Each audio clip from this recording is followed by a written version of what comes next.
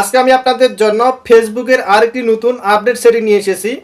বর্তমানে আমরা কম বেশি সবাই ফেসবুক ব্যবহার করে থাকি। আর এই ফেসবুকের স্টোরিতে আমরা অনেক কিছু ছবি বা ভিডিও আপলোড করে থাকি। অনেকের ফেসবুক আইডিতে যখন সে স্টোরিতে কোনো কিছু ছবি বা ভিডিও আপলোড করে দেখা যায় কোনো রিয়েক্ট আসে না, কেউ লাইক করে না, কেউ লাভ দেয় না, কেউ কমেন্ট করে না।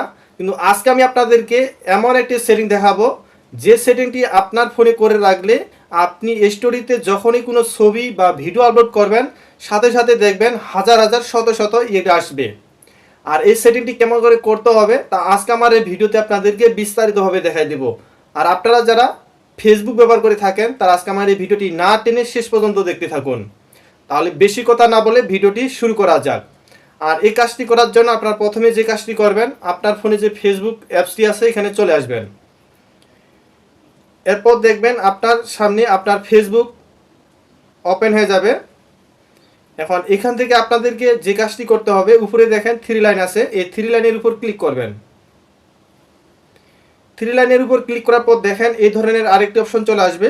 এখান থেকে এখন আপনাদেরকে যে কাজটি করতে হবে, এখানে দেখেন সেটিং অ্যান্ড প্রাইভেসি যে লেখা আছে এই সেটিংয়ের উপর ক্লিক করবেন। ক্লিক করার পর দেখেন এই ধরনের আরেকটি অপশন চলে আসলো। এখন এখান থেকে আপনাদেরকে যে কাজটি করতে হবে, এখানে দেখেন স্টোরেজ নামে একটি অপশন আছে, এই অপশনটিতে ক্লিক করতে হবে। ক্লিক করলাম, দেখেন এরপর দেখেন এই ধরনের আরেকটি অপশন চলে আসলো। এখন আপনারা যদি চান যে আপনার ফেসবুকে এই সেটিংটি করে রাখবেন তাহলে অবশ্যই আমি যেভাবে দেখাই দিচ্ছি আপনারাও সেম একইভাবে করবেন। আর এই ফেসবুক মেসেঞ্জার এই ধরনের আপডেট ভিডিও পাওয়ার জন্য অবশ্যই আমার পেজটিকে ফলো করে রাখবেন আর আমার ইউটিউব চ্যানেলটিকে সাবস্ক্রাইব করে রাখবেন। দেখেন এখানে প্রথমে যে অপশনটি আছে স্টোরি প্রাইভেসি, এটা হলো মূল কারণ। আপনার এই সিকিউরিটি যদি ঠিক না থাকে তাহলেই দেখা যায় আপনার স্টোরিতে কোনো রিয়েক্ট আসে না। তো আজকে আমি সেটাই আপনাদেরকে দেখাবো যে কি সেটিং করে রাখলে আপনি স্টোরিতে যখনই কোনো ভিডিও বা ছবি আপলোড করবেন সাথে সাথে মানুষের কাছে চলে যাবে আর মানুষ তাদের মতামত প্রকাশ করবে। তো সেটা সেটিং আমি দেখা দিচ্ছি। তার জন্য আপনারা যে কাজটি করবেন, এই স্টোরি প্রাইভেসির উপর ক্লিক করবেন। ক্লিক করার পর দেখেন এখানে চারটি অপশন আছে। এখানে দেখেন ফ্রেন্ড আমার এখানে ক্লিক করা আছে।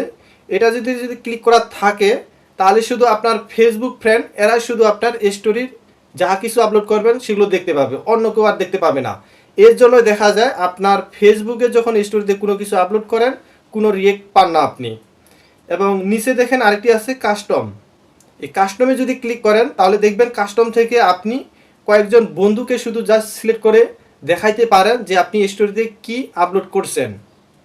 যদি করতে চান তাহলে আপনি এখানে ক্লিক করে সেটা সেভ করে সেখান থেকে ফ্রেন্ডের নামগুলো সিলেক্ট করে নিতে হবে।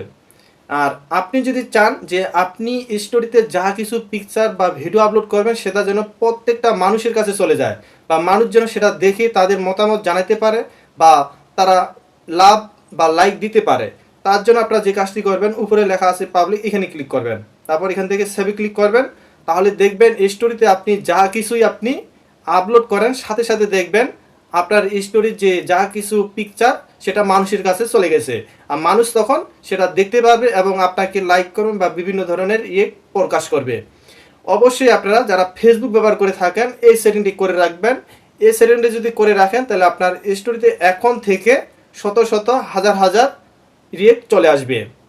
ভিডিওটি ভালো লাগলে অবশ্যই লাইক করবেন, কমেন্ট করবেন, শেয়ার করবেন।